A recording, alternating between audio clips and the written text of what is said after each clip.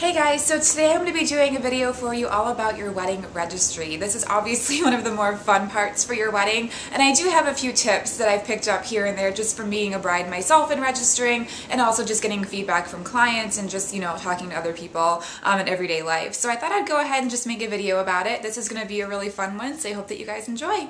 So the biggest thing that I hear when it comes to registering for your wedding, especially these days because a lot of people live together before they get married and they invest in a home and some really nice pieces of furniture and things like that, is, well, I don't really need anything for our home, so what do we do in this situation? Well, here's my take on it. Register for things that you don't necessarily need but want. There's always those things that we don't really enjoy spending our own money on, but if someone gives it to us as a gift, it's actually like, oh, well, yeah, I really like that. I can't wait to use this every day. So things like really nice throw blankets, really nice table lamps that are maybe a little bit more high-end than what you would normally purchase for yourself. Like for me, I would just go to Target and get like the cheapest lamp that I can find. But if someone gives me a really nice lamp that's going to look amazing in our home forever and ever, that's going to go with everything and be a great investment piece. It doesn't obviously have to be a lamp. I'm just kind of thinking of things off the top of my head here. But going along with that, like really, really nice, expensive, luxurious towels for everyday use, just things like that that I don't personally enjoy spending my own money on, but if I got it as a gift, like I said, I'd be like, oh yeah, this is a really great gift. I can't wait to use this. So that's one thing to keep in mind when you're registering for your wedding. Another thing to keep in mind is that you're going to want to register for 2 sets of dinnerware. I know that a lot of people these days think that things like fine china is totally outdated, and they're like, I would never register for that. My parents registered for it for their wedding, and it just sits in a china cabinet and it never gets used. I think it's such a waste of money. And I honestly thought this too when we were registering for our wedding. I was not going to register for fine china. I went back and forth on it. And the reason I went back and forth is because my mom and my aunt especially were like, I wish that I had registered for fine china for our wedding. No, you don't use it all the time, and yes, it is really expensive. But the thing is it's nice to have a set of special occasion dinnerware for holidays and when you have people over for dinner parties and just special occasions. So in the end, we went ahead and we registered for some fine china as well as our everyday dishes. But I am really honestly happy that we registered for it and that I broke down and did put it on our registry, just because I love breaking it out for special occasions. It makes that occasion that much more exciting, and I don't know, I just really enjoy using it, and it just is fancy, and it's one of those investment pieces that maybe you can pass down to your children if they like it or what have you. So I don't know, I really like it. I think it's great if you don't want to invest in super expensive china to go with just 2 sets of dinnerware, just like a really plain everyday set for just like dinner on the weeknights and things like that, and then another set that's a slightly more fancy, maybe it's made of a little bit higher quality porcelain or something like that, just to have for special occasions, because the more you use your everyday dishes, the quicker they're going to break down. That's something to keep in mind. So you do kind of want to rotate your dishes just like you would rotate your sheets and your towels and things like that. So just keep that in mind when you're registering for dinnerware. When it comes to registering for flatware, you also want to keep that same rule in mind. In addition to the flatware, you're going to also want to register for serving pieces, like the serving fork and the serving spoon and a gravy ladle and things like that.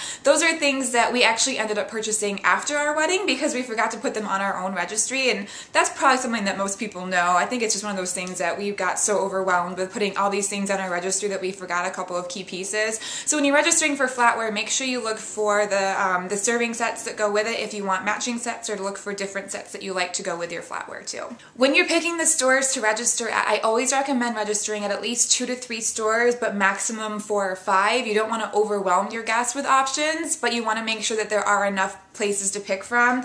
Make sure that you, for each registry, unless it's an online only registry, that you have online only options as well as in-store options, just because some guests may not feel comfortable ordering online, maybe your older guests like grandparents. You want to make sure that they're able to go into a store and pick up items a traditional way. But you want to pick as many options as possible that are available both in-store and online. It just makes it easier for guests to pick which option they want to do as far as gifting it to you, if they want to send it to you, they want to bring it to the shower or whatever. So just keep that in mind as well. Try to pick at least one store that's available nationwide. It's going to be available in both your groom's hometown, your own hometown, or where you're currently living, or where the majority of your guests will be shopping for you. Places like Target and Bed Bath & Beyond are great great because I think there's one in every city, or at least within like a driving distance from every city. Places like Pottery Barn and Crate & Barrel are a little bit more specialized. Just kind of keep that in mind as well. Macy's should be readily available. And then if you wanted to go ahead and register for specialty stores, I wouldn't put more than 1 or 2 of those on there just because they may not be as readily available as the bigger chain stores. So just keep that in mind too.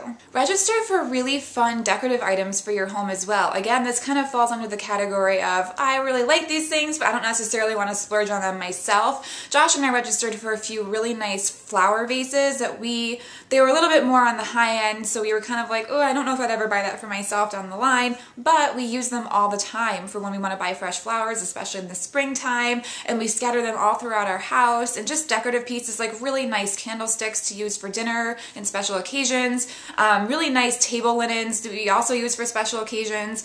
For table linens, I really like to make sure that my clients know to register for like different seasons. For example, for us, we did put linens on our registry, but we only put one color, and it was kind of more like a fall winter color more than like spring summer. So Josh and I, after the wedding, we went ahead and invested in like some more spring summer type linens and some more special occasion placemats and napkins and things like that, just because after we got married we did start having more people over for holidays and such, so it made sense for us to have those things. Well, we should have had those things on our registry. So things like really nice table runners and chargers and linens if you do plan on entertaining a lot down the line. I always like to tell my clients to also keep in mind, do you see yourself having a bigger family someday? Do you see yourself investing in a home where you can entertain your entire family for Thanksgiving or Christmas? Even if it's just once or twice a year, it's nice to have those things kind of stockpiled in your china cabinet or buffet table somewhere, just for when those things do happen, you're not rushing around and looking for things to kind of put together on the table last minute for your holiday celebration. So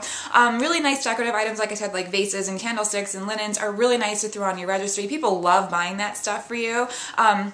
So yeah, go ahead and have some fun with those as well. Other decorative accessories would include things like really nice pillows for your sofa and really nice blankets and throws. I know a lot of those like chenille throws are really popular, and Pottery Barn has some really nice cozy cable knit throws that are really nice during the holiday season, but they're again really expensive. So it's a really nice gift for someone to give you because you're going to use it all the time and you're going to love it. So I really always like to tell my clients to keep that in mind too. Also keep in mind when you're registering, it's okay to register for really fun things too. I have so many clients that register for things like a Wii station and video games and stuff like that, and iPod accessories. I wouldn't go and register for like an iPad because I don't know, something like that would just kind of like, that might turn some guests off. So if you're really stuck on registering, like you really just claim that you have everything that you could possibly need, you don't need any better towels or better dishes or special occasion this or special occasion that, and you think that you're really all set with everything, go ahead and kind of think outside the box. I think that's totally fine to go ahead and throw like camping gear on your registry if you're really into camping and you want to invest in like a better tent and camping gear. Just keep in mind that just make sure you do put at least a few household items on there. There will always be some guests on the list that just prefer shopping for more traditional items. If they don't see something on the list that they're actually going to want to buy for you,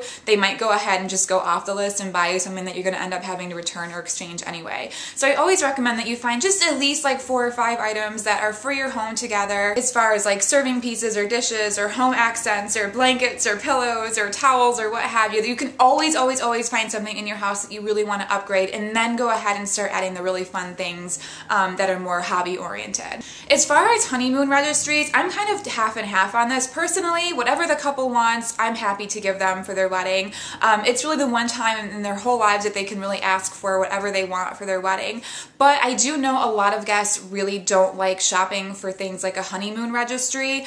They really prefer to give tangible things, or they prefer to just give cash, and then you can then use that cash to go towards your honeymoon. So that's one thing to keep in mind. Personally, I don't have a problem with it, but just keep in mind your own guest list and kind of think about if any of your guests would have serious issues with giving you money towards a honeymoon. So I would just kind of ask around and keep that in mind as you're thinking of adding a honeymoon registry to your registry list. It's just always better to be safe than sorry when it comes to these things. So just kind of keep that in mind as you're creating your registry, and think about if a honeymoon registry would be kind of offensive give to your family members or friends or your social circle or whoever. I'm not necessarily saying count it out. I think it's a great idea. If that's what you really want, is the trip of your dreams, then go for it.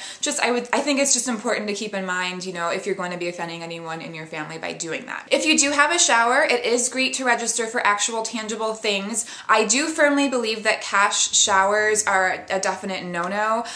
When people come to your shower, they're supposed to be showering you with gifts, not necessarily cash. So if you are looking to get cash only for your wedding in general and you don't really want people to be giving you gifts for your home, make sure you communicate to the person that would typically throw you the shower, maybe it's your mom or your maid of honor or a best friend or whoever, that you don't want a shower because you're not asking for any gifts. People don't generally like to come to a shower and just hand over cash. It's just kind of one of those things I personally see as a little awkward. I know that a lot of people have an issue with it. So I'm sorry if I'm offending anyone out there. That is just my personal opinion. I think it's just a generally accepted opinion when it comes to showers. Showers really are about setting up the bride for a future home together. It really is about tangible things. It's totally fine to go with a theme for your shower. If you want to do like a lingerie shower or a his and her shower or whatever, that's totally fine. But if you are expecting to get cash only for your wedding, I would definitely recommend just not having a shower in general, or just kind of having a pre-wedding get-together where no gifts would be expected. So that's pretty much all I have to say about registering for your wedding. If you guys have any questions, as usual, please let me know. I'll be happy to hear from you. And until next time, I'll talk to you later. Bye!